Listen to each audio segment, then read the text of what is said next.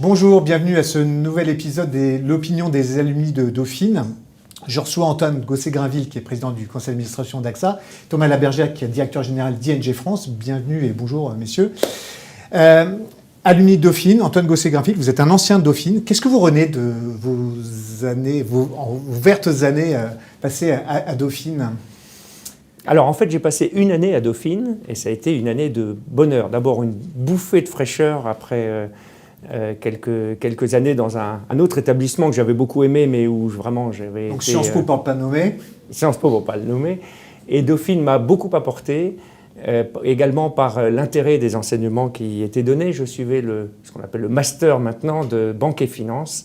Et ça a été une étape très importante pour ma carrière future. Étape structurante aussi pour vous, Thomas Labergère, Dauphine ? Dauphine, c'était génial. Je faisais ça en parallèle avec Sciences Po, que des bons souvenirs. Alors Antoine Gosset-Grainville, vous êtes président du conseil d'administration d'AXA, je viens de le mentionner. Dans l'actualité, un groupe de collectifs de chercheurs, un collectif de chercheurs annonce que le fameux 1,5 degré des accords de Paris ne sera pas tenable. AXA est un acteur de la transition écologique, la transition climatique. Est-ce que ça remet en question la stratégie d'un groupe comme le vôtre ou au contraire, est-ce que ça conforte la stratégie qui a été mise en place par le directeur général et le président du conseil d'administration que vous êtes ? Alors on sait malheureusement que le réchauffement, ça sera plus de 1,5 degré. Il y a quelques années, le président d'alors, Henri de Castries, avait dit qu'à plus 4%, le monde ne serait plus assurable. À nous de lui démontrer collectivement qu'il avait tort.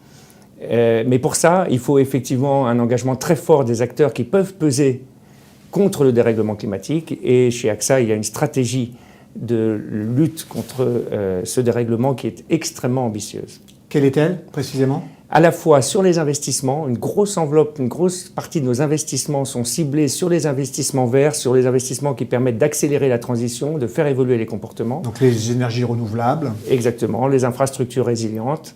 Et puis, sur notre activité d'assurance, nous avons mis en place toute une gamme de primes vertes pour inciter les particuliers comme les entreprises à faire évoluer leur comportement, à investir dans des biens qui permettent d'améliorer le bilan climatique. Ce qui s'inscrit, j'imagine, dans cette politique de prévention des catastrophes naturelles qu'on voit de plus en plus nombreuses en France comme ailleurs. Absolument.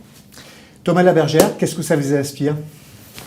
Écoutez, la bataille n'est pas perdue. À nous, collectivement. Oui, parce que c'est un peu le message négatif qu'on peut entendre un peu partout, mais voilà, je crois qu'on a tous besoin de pouvoir regarder l'avenir avec suffisamment de confiance pour mobiliser les ressources qui sont les nôtres.